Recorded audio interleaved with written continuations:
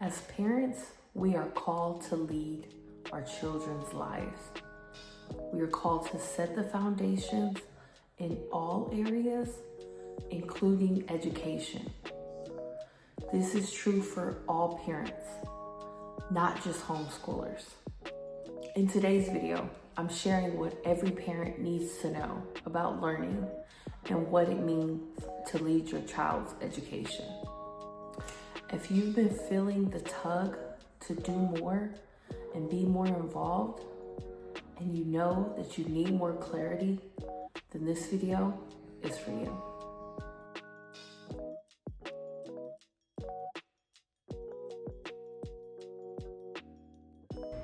So first, let's be clear about what learning actually is. Learning is not just repeating a predetermined set of facts or some predetermined information that someone or something else deemed important. Learning is engaging with the world, with others, and with information in a way that allows for expansion and growth. And this is best done through application. Real world, practical, hands-on application. We all have experiences where we have heard something, seen something, and it went in one ear and out the other. But those things that were relevant to us, those things that matter to us, those things that we touched with our own hands, we remember those things. Those things stuck with us so much more. And the same can be said for learning in all environments. Learning occurs best in context. And whether it's adults or children, it works best when it is connected to something that matters to them. As we are all individuals, learning looks different for different people. We are all unique. We have unique interests, unique skills, unique gifts, and this manifests in learning. So what someone prefers to learn, how they prefer to learn it, how they prefer to express their learning, it is just as varied as we are as people. Though there are patterns of learning that show up repeatedly, such as visual learners, hands-on or kinesthetic learners, auditory learners, there's still variation because we are individuals and we have different life experiences. We have different preferences. We have different things that matter to us that make the learning experience unique. What is true for all learning is that it is a natural process of growth and expansion that is fueled by curiosity, experience, and reflection. Real learning is such a natural process that it is shaped by real life, and it shapes who we become. It's how we make sense of the world, how we navigate relationships, and how we become who we are called to be. Learning isn't just something kids do at a desk, in school, or inside of a curriculum. It's how they grow spiritually, practically, emotionally, and it shapes who they become. Learning happens when they ask questions, when they try something new, when they struggle with something and then try again. But most importantly, learning is transformational. If information doesn't lead to transformation, then it's not learning, it's storage. So now that we've talked about what learning is and what it's not, let's talk about what leading learning looks like. Simply put, leading learning looks like vision creation. It consists of you outlining a vision and a plan for your child's life, and then aligning them with learning experiences that will help them reach those goals. As we are all individuals, the vision and the plan that you have for one child can and will likely look different for another. And the beautiful thing about leading your child's learning is that you can create this. And since you know your child best, you can create something that works best for them. Leading learning is having a vision and a purpose for your child's learning journey and partnering with the right team that will help you bring your child's vision to life. This can include teachers, tutors, mentors, coaches, whomever is going to help your child get to where they need to be. And these aren't just the traditional educators we're used to, teachers, tutors, mentors, even coaches, right? These can be professionals that your child partners with to get early professional experience, early industry experience. If your child already knows that they have a desire, you see that in them, a certain talent, a certain gift, you may want to cultivate that. And one way to do that, sure, it is through formal instruction, but it can also be done with professionals, community leaders, those in nonprofit space, whoever is going to help your child reach their prescribed path and the vision you have for them. Every child's team can and will look different. There's no right or wrong answer. The only right answer is, does this team align with the plan and vision that we have for this particular child? Leading learning isn't about control. It's not about micromanaging. It's about guiding. It's about creating a vision and aligning the pieces that allow the vision to be fulfilled. You create a learning journey that is life-giving, that brings fulfillment not only to your child, but to you. You create something that your child can and will carry with them into the future. It's legacy building.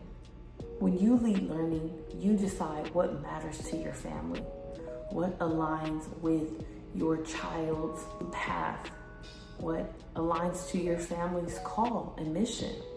It is curating a learning experience that is best suited for your child and your family's needs.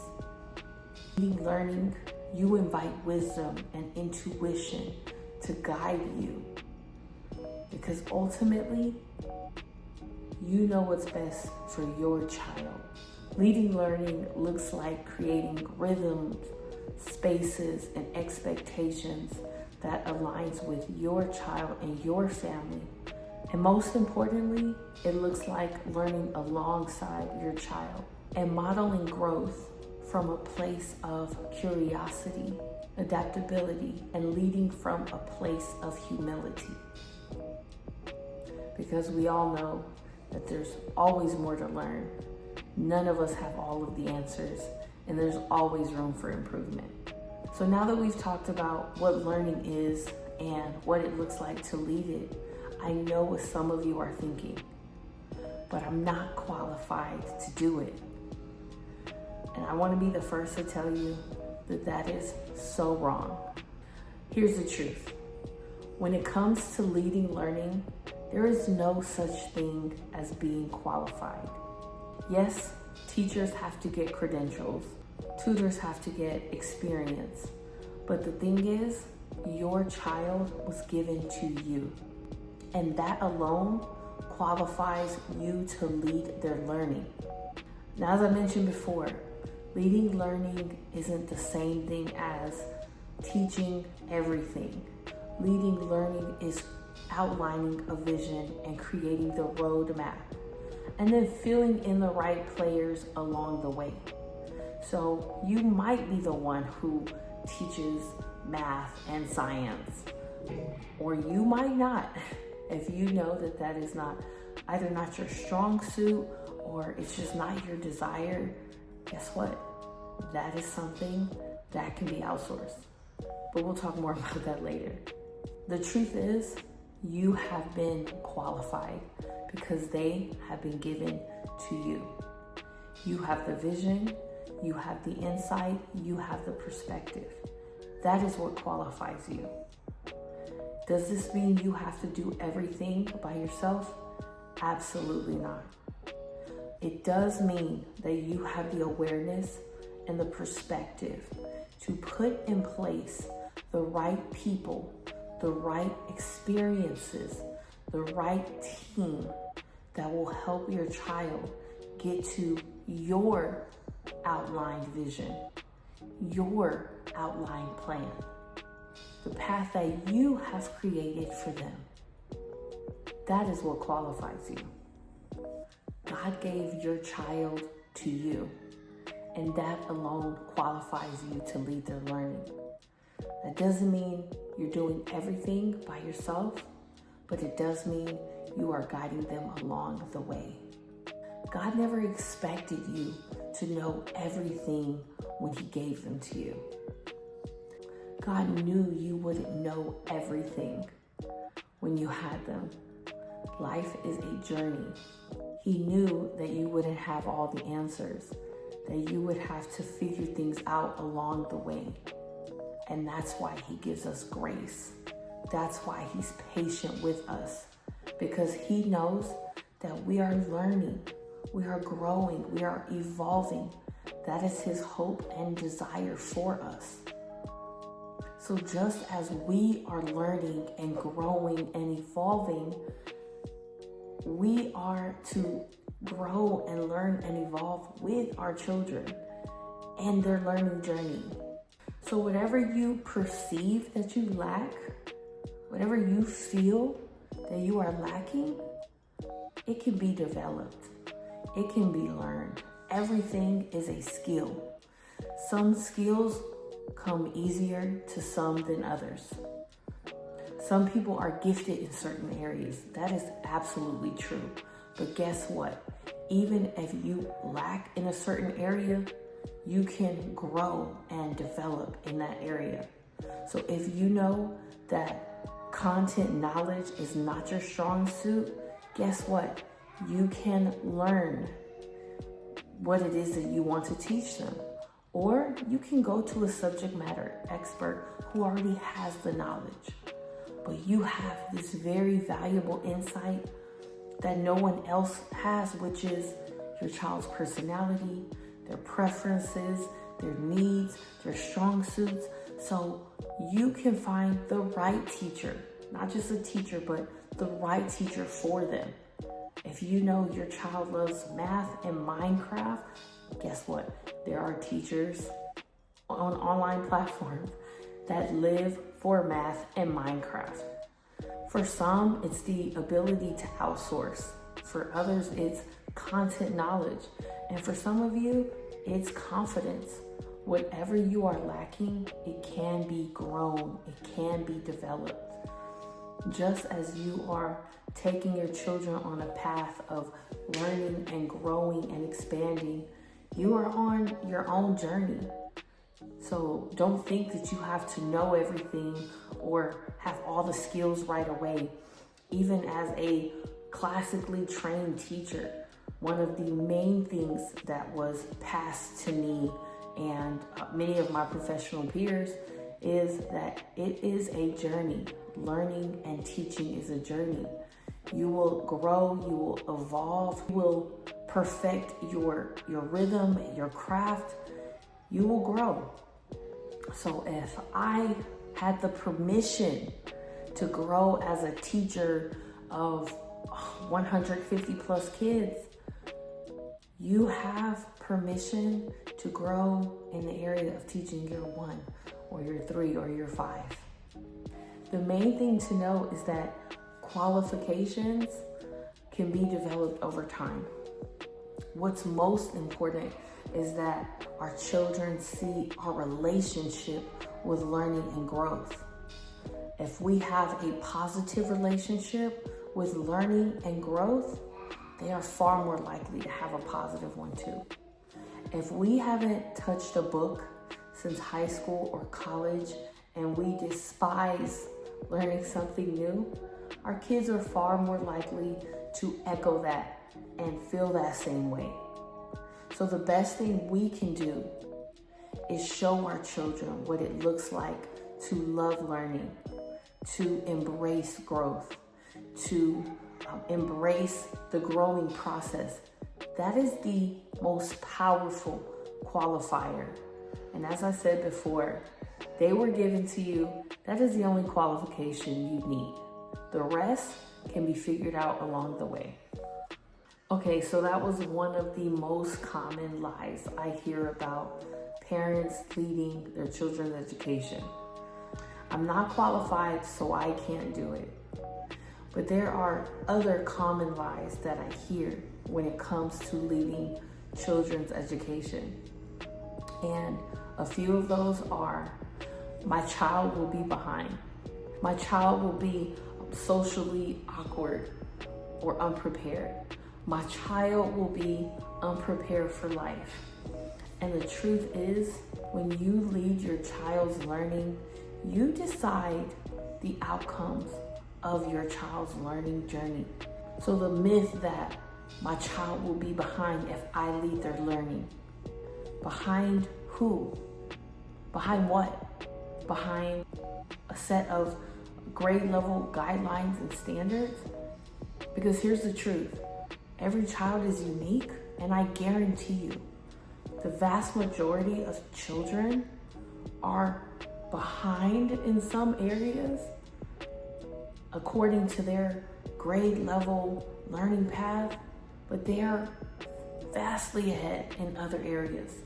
As the curator of your child's learning journey, you get to decide where they spend their time. So whether you homeschool or not, you can decide where your child spends more of their time. So if you know as a parent that your child struggles in reading, guess what? You can emphasize reading. You can make it a point to spend more time in reading, and you can incorporate reading in a variety of ways that make it fun for you and for them. Now, if you send your child to some learning institution, some outside learning environment, this is where collaboration is key, because you can work with their teacher or learning pod instructor or coach to find creative ways to enrich your child's learning experience. And even if that's not possible, because in some scenarios that's not possible, as a parent, you can provide outside support. And it doesn't have to just be the traditional hire a tutor. There are so many different ways that you can enrich this area of their learning experience in a less traditional way. I tutored for many years, and I would often encourage my parents to try other things to get their child to practice the skills we were working on in ways that they would enjoy. I would listen to my students, and based on what they gave me, what their parents gave me, we will find creative ways to reinforce what we were working on in a way that they actually enjoyed. And my students who did it that way always did better. So you don't have to worry about your child being behind, because when you take control of their learning journey, you decide where time is spent. Another lie I often hear is that my child will be socially awkward. I have a more hands-on approach, and the truth is, socialization is simply people learning the ways of their society, their social environment, and conforming to those ways. It's people adopting the skills, the knowledge, methods to thrive in their environment. The thing is, you have control over the environments you place them in. My daughter was homeschooled, and one of the misconceptions people will always have is that she never had any interaction with her peers or the outside world. And that was the furthest thing from the truth, because I had control over who she connected with, when she connected with them, how she connected with them. Because we had control over her social interactions, we were able to create more impactful, meaningful social situations. So rather than her only having the option of engaging with the peers at her school, she was able to connect with professionals in her field of interest. She was able to connect with young people who were on the same healing journey as her. She was able to create unique peer groups that she wouldn't have otherwise been able to connect with, and acquire quite a few skills along the way. One of them being engaging socially with a variety of people in a variety of situations. You don't have to play by the rules. You're aware of them, you know what they are, but you don't have to follow them. You can carve your own lane. You can do what you want to do. You have freedom and you have power. You can do whatever works best for you and your family. You don't need permission. You just need perspective. So I want to know in the comments, what's one lie you've heard about leading your child's learning? So another lie I've often heard is that if I lead my child's learning, they'll be behind in life. And just as I mentioned, when you lead your child's learning, you create a vision for their life and a plan. You are declaring the end from the beginning and outlining the steps necessary to bring that vision to pass. So your child being behind in life, you have control over that because you can determine where they end up. And here's the thing, here's the truth. Your child may not be where all the other 7th graders are, where all the other 9th graders are, where all the other 11th graders are, but guess what? If your child is where they're supposed to be by 21, 25, 30, that is far more valuable and far more important than them checking off the right boxes that say they are where they need to be. These arbitrary guidelines that say our children are supposed to be here or here or here or here, they do not look at the uniqueness and the individuality of our children. I'm not saying dismiss them entirely. They do serve as great reference points, and they do hold some of us more than others accountable depending on our laws and our districts. But the truth is, these boxes don't indicate where our children end up. So your child who's in 9th grade and is 2 grades behind in some areas could very well be advanced in those areas by 11th grade. What's happening now doesn't dictate the future, and that child who is behind several grades is no less capable than the one who is ahead. Where your child is does not dictate where they are going. Where they are does not dictate where they are going and where they are capable of. Loving parenting is not the parent you choose to be when all is well. Loving parenting is the parent you choose to be when everything is wrong. So the version of you that shows up when your child is behind or has missed the mark in some way, that is far more powerful and impactful and necessary than your child being perfectly aligned. Who you show up as when they are off the mark, that is far more powerful and impactful than them being exactly where they're supposed to be, and the feedback that they get from you in those times. And I'm not saying that you shouldn't want to keep your child on track. What I am saying is, if your child is off track, and I'm not even just talking about school, I'm talking about decisions, confidence, self-esteem, the friends they choose, and whatever you're going through, if your child is missing the mark, this is a beautiful opportunity for you to show them what God's love looks and feels like. Because just like He doesn't give up on us when we've missed the mark, just like He shows us love and compassion and grace and always reminds us that there is hope for us, that's what we are called to do as parents. So your child being behind and scoring low on the test, that doesn't change who they are. That doesn't change the purpose and the power given to them. That doesn't change the fact that God has trusted you to lead and love them. That doesn't mean that they are any less capable. And I promise you that if you walk in that, I promise you, you will have fruit. How long it will take, I don't know. I can't tell you. But you will have fruit. It might be 6 months. It might be 6 years.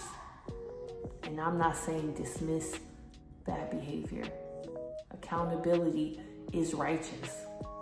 But what I am saying is that your child's fall is not their fail. It's not your fail. It is simply a moment in time. It is simply a piece of their journey. This test right now is a piece of their testimony just as much as it is yours. So the boxes that we have become accustomed to, as much as they matter, they don't override the word that God has spoken over your child. And my final and favorite line is that I don't want to mess up, so I should just trust the professionals. Here's the truth. The best mentors, teachers, coaches will never outdo you. A thumbs up, a great job from any of those people will never overshadow one from you. Your great job, your I'm proud of you will always supersede any of those people.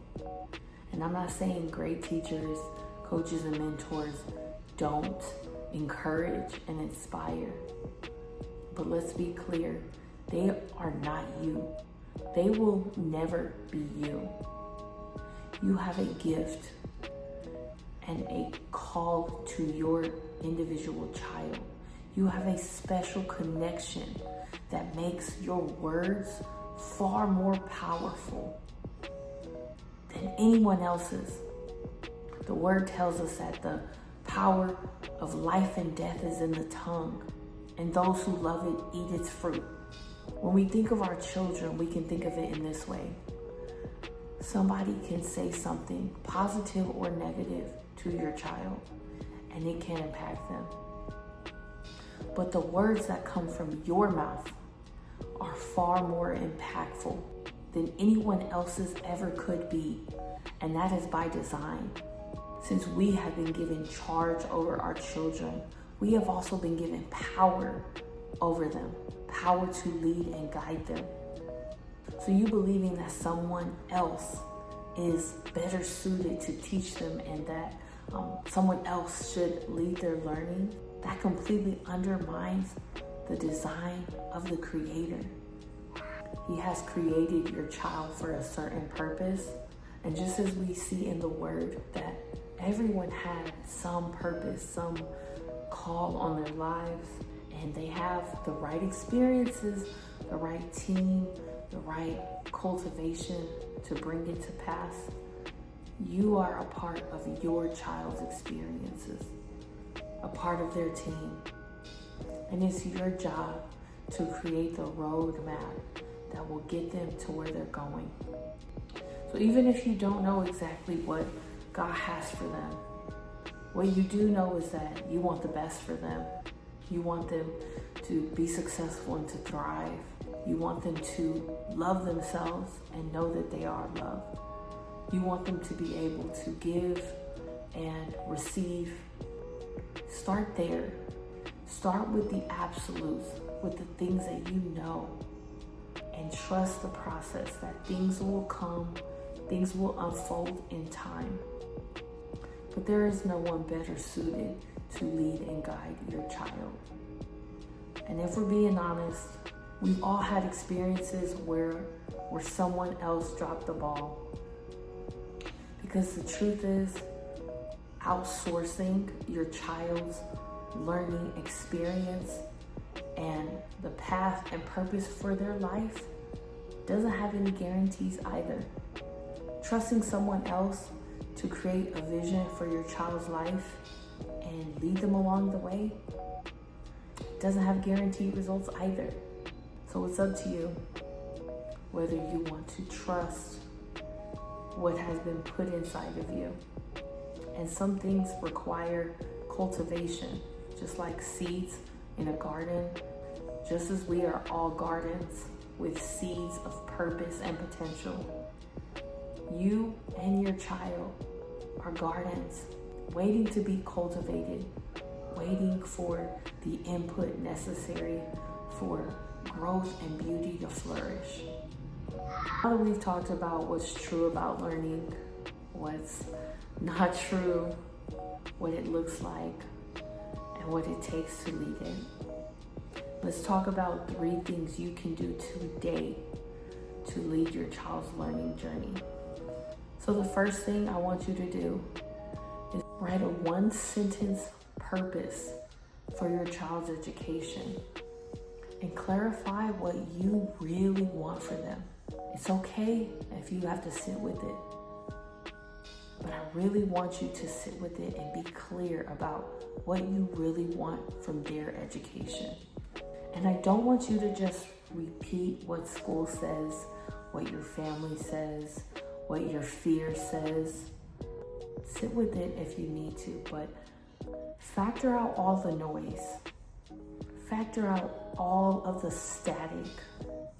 And from your secret place, your quiet place, determine what you actually want for their education.